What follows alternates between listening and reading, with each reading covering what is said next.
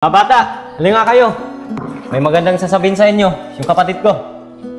Mga tol, yung plano natin, hindi na matutuloy. At nagkasundo na kami ni Kuya. Yung dapat para sa inyo, bibigay na namin. Ayos! Ayos! Angelo, David, salamat. At makukuha na rin namin yung parte namin.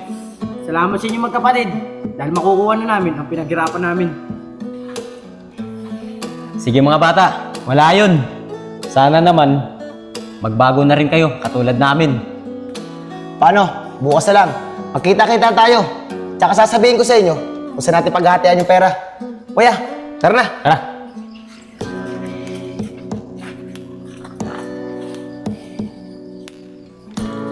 Kuya, nakita ba yung mukha nila? Ang sasaya nila, ano? Oo, nakita ko. Pero sana naman, pag nakuha yung pera, magbago na rin sila. Ano? Tara na. Tara, Kuya. Junior, ito na yung hinihintay natin. Sasabihin ko na sa inyo kung ano magiging unang akbang natin. Sige, Andre. Sabihin mo lang sa amin at makikinig kami. Ganito ang plano. Si Raven at si Chano ang sasama sa akin para makausap si Angelo at sa lugar niya atin yung pera. Andre, ba't si Raven at si Chano lang? Pwede naman tayong lahat, para malaman din namin. Junior, nag-iisip ka ba? Kapag tayong lahat na nandun, di natin sila mapagpaplanuhan. At kapag sinabi na sa akin ni Angelo kung sa lugar yung papartiin yung pera, tatawagan agad kita at mauna na kayo dun. Andre, karapat dapat ka talaga maging leader namin dahil tuso ka. Siyempre naman, kapag nawala yung dalawang kapatid na yun, mas malaking pera mapupunta sa atin. Paano? Tara na! Tara!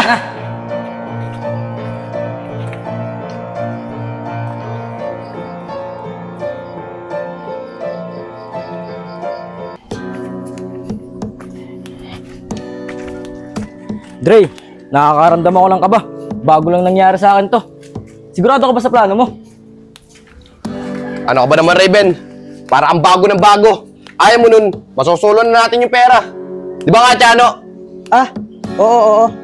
O Andre, huwag mong sabihin sasama pa siya sa atin yan. Eh, hindi naman siya naghihirap dun eh. Tayo naghihirap dun. Di naman natin papares ng ati yan eh. Bibigyan lang natin yan ng kahit kaunti lang. Di na, ayos lang. Kahit di nyo nakabigyan, basta makasama ko lang kayo. Ayan, buti nagkakali naman tayo. Unfair naman sa amin yan na nabibigyan ka pa namin. Raven, tumigil ka nga. Di pa nga natin nawak yung pera eh. Kinekwenta mo agad. Reben, di ba? Tulad sabi ko kanina, kahit wala na ako. Andre, dala ko na yung pera. Pero teka lang, asan yung iba? Angelo, buti naman dala mo na yung pera. At yung ibang kasama natin, baka kinakausap ng kuya mo. Eh, saan nga pala natin paghatian yung pera? Ganun ba? Sige, doon na lang natin ito paghatian sa may kuta ni Kuya. Dahil kahit papano, safety tayo dun. Oh, ano pang hinihintay natin? Tara na, hatiin na natin yung pera. Huwag natin patagalin pa. Relax lang kayo. Darating din tayo dyan. Bago tayo pumunta ron, sisiguraduhin muna natin na walang makakasunod sa atin. Dahil mahirap na, pera tong dala natin. O sige, Angelo. Ano ang plano mo para walang makasunod sa atin? Mga tol, mauna na kayo dun. At pupuntahan ko si Kuya para sabay na kayong pumunta dun. Paano mga tol? Tara na. Sige, Angelo. Aantayin ka namin dun. Sige.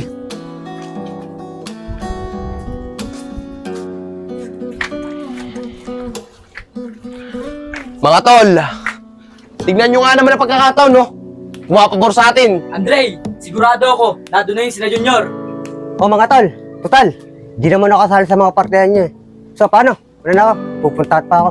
Sige, Chano. Mag-iingat ka. Paano, Raven? Tara na.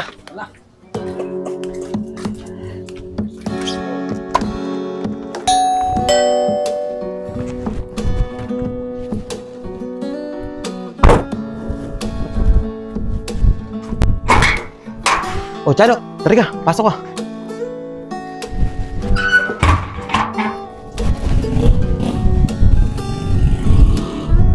Chano, kumusta yung pinapamanmanan ko sa'yo?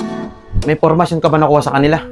Oo boss, kaso, delikado ang buhay ng dalawang anak ko ngayon. Ano, Chano? Anong ibig mo sabihin? Na delikado ang buhay ng anak ko. Sige, sabi mo sa akin. Boss, mga anak mo, itrain ng grupo. dun sa sira-sirang bahay. Sige, Chano. Maraming salamat sa impormasyon mo, ha. Pero kailangan kong makausap ang mga anak ko para mapagsabihan ko sila. Pero kung hindi man sila makikinig sa akin, Chano, maganda ka. Pupuntahan natin yung bahay na sinasabi mo, yung sira-sira. Doon ba yun, sa may tapat na mangga? Po, boss. Yun po. O sige, Chano. Tatawagan na lang kita, pag kailangan kita. Sige na, mag-ingat ka.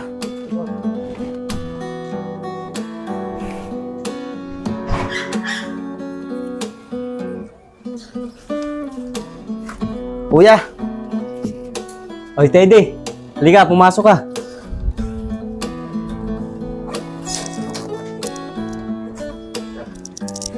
Oh, ba't pumunta ka pa rito? Papunta na ako dun para maibigay ko yung mga party ng kasamaan ko. kuya, naisip ko kasi na doon na lang ibigay yung parte ng mga kasamahan ko para sama-sama na tayo dun. Sige, Teddy. Maganda yung naisip mo. Pero dalhin ko yung gamit ko. Para safety tayong dalawa. Baka mamaya, masundan pa tayo. Kuya, wag na siguro. Tsaka malaki naman tiwala ako sa mga bata ko eh. Lalong-lalo na kay Andre. Kumpare ko siya, inaanak ko yung anak niya. Sige, Teddy. Total matagal ko na rin kasama sila, Junior. At malaki yung tiwala ko sa kanila. Tara na, para maibigay ko ng party sa kanila. Kuya.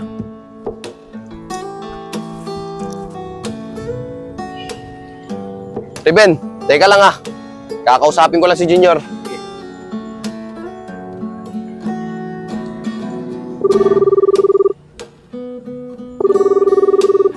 Hello, Junior. Andiyan na ba kayo sa kuta nyo? Oo, Andre. Nandito na kami. Kanina pa. Ano sabi niya, Angelo? Saan daw atin yung pera nyo? Eh, ang sabi ni Angelo eh. Diyan daw atin. At mauna na kami. Sige, Andre. Aantayin na lang namin kayo dito. Sige. Tara, Ruben. Kuya, pag nabigay na natin yung parte nila, pwede ba? Punta natin puntod ni nanay. Sige, Teddy. Miss ko na rin si nanay eh. Clarice, magandang araw sa'yo. Kuya, siya nga pala yung kinakwento ko sa'yo. Magandang araw din sa inyo, Angelo. Pero, ano yung kinakwento mo sa kuya mo na tungkol sa akin? Clarice, sabi kasi ng kapatid ko, gustong-gusto ka daw niya. At handang baguhin niya ang sarili niya para sa'yo. O Clarice, ito yung sinasabi ni kuya. Napag-isip-isip ko na rin kasi, kailangan ko nang baguhin yung sarili ko para mapatunayan sa'yo na mahal talaga kita. Angelo, madaling sabihin yan. Patunayan mo muna sa akin na magbabago ka na. At kapag nagawa mo yung bagay na yon, pwede ka naman ligaw sa akin. Sige Clarice, papatunayan ko sa'yo. Kaya asikasuhin lang kami ni kuya. Kapag natapos namin yun, magbabago na ako. Sige na nga, dyan na kayo. Sige Clarice, mag-iingat ka.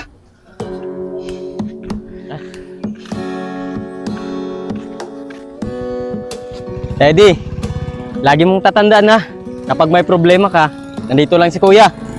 Kuya, maraming salamat sa'yo ha. Sige, walang Eddie, problema yun. Alden. Pwede ko ba yung makausap? Oh, ano bang ginagawa mo dito? Ang kapal naman ng mukha mo at ang lakas ng loob mo para kausapin kami. Kuya, huwag ka naman magsalita kay tatay ng ganyan. No? Sige po tay, ano po ba yung sasabihin nyo?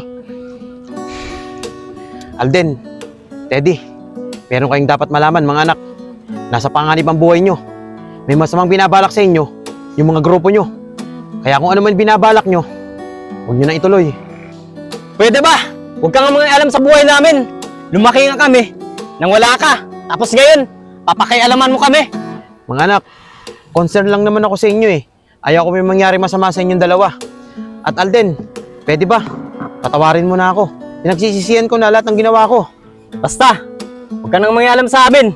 O paano? Tara na, nag-aantay sila sa atin. Tara, Teddy. Tay, pagpasensya nyo na po si kuya. Teddy, tara na. Sige po kuya.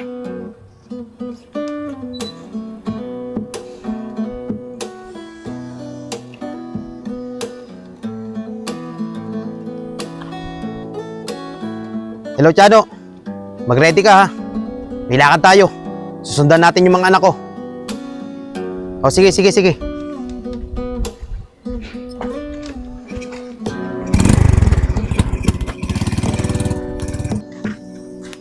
Kuya, talaga bang hindi mo na mapapatawad si tatay? Halos nakikiusap na siya sa'yo eh. Patawarin mo lang siya. Teddy, hindi ko rin alam kung mapapatawad ko mo siya. Di ko kasi makalimutan yung ginawa niya dati kay nanay. O paano? Tara na. Reben, tapos na maliligayang araw ng magkapatid. Dre, pera na lang kaya kunin natin sa kanila. Di pwede.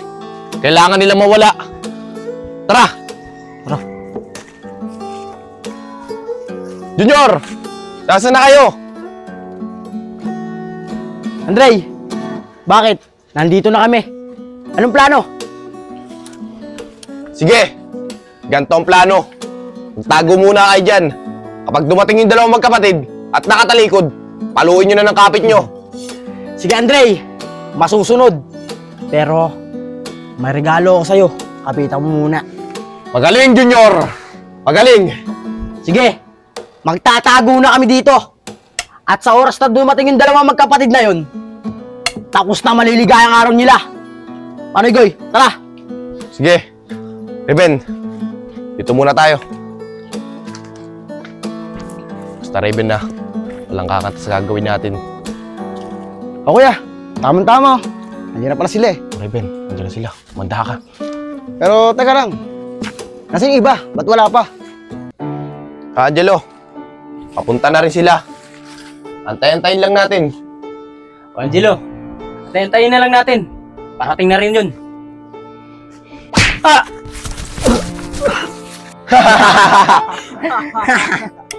Ano? Angelo, David! Masarap ba? Andre, ako nagkakasaan to. Itinurin kitang kapatid. Igoy! Reben, kunin niyo yung bag. Kami na yan!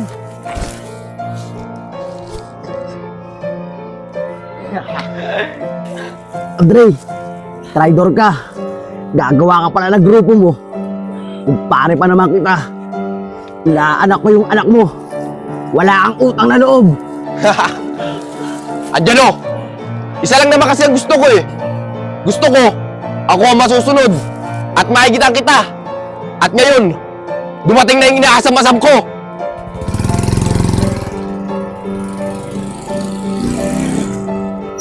Chano, tara, bilis. Baka hindi natin abutan buhay na ako. Tama na ang satsat. Unahin na kita, David.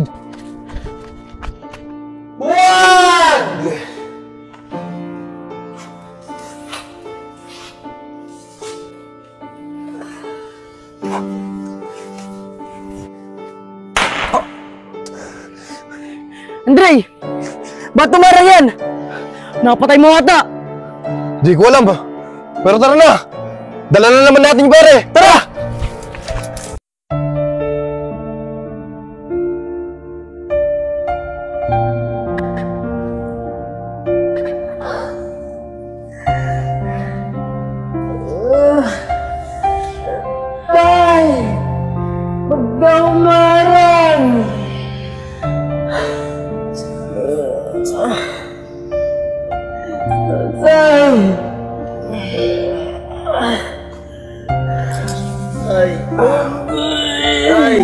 Lakasan mo yung loob mo.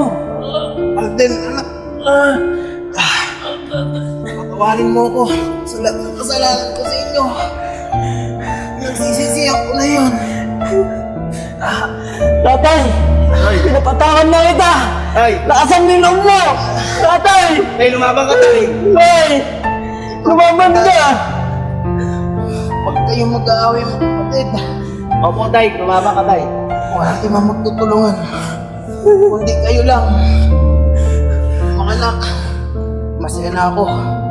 Dahil nakita ko kayo. Tay, lumabang ka. Bukas, magkakasama na kami ng nanay nyo. Mahal na mahal ko kayo mga anak. Nanay!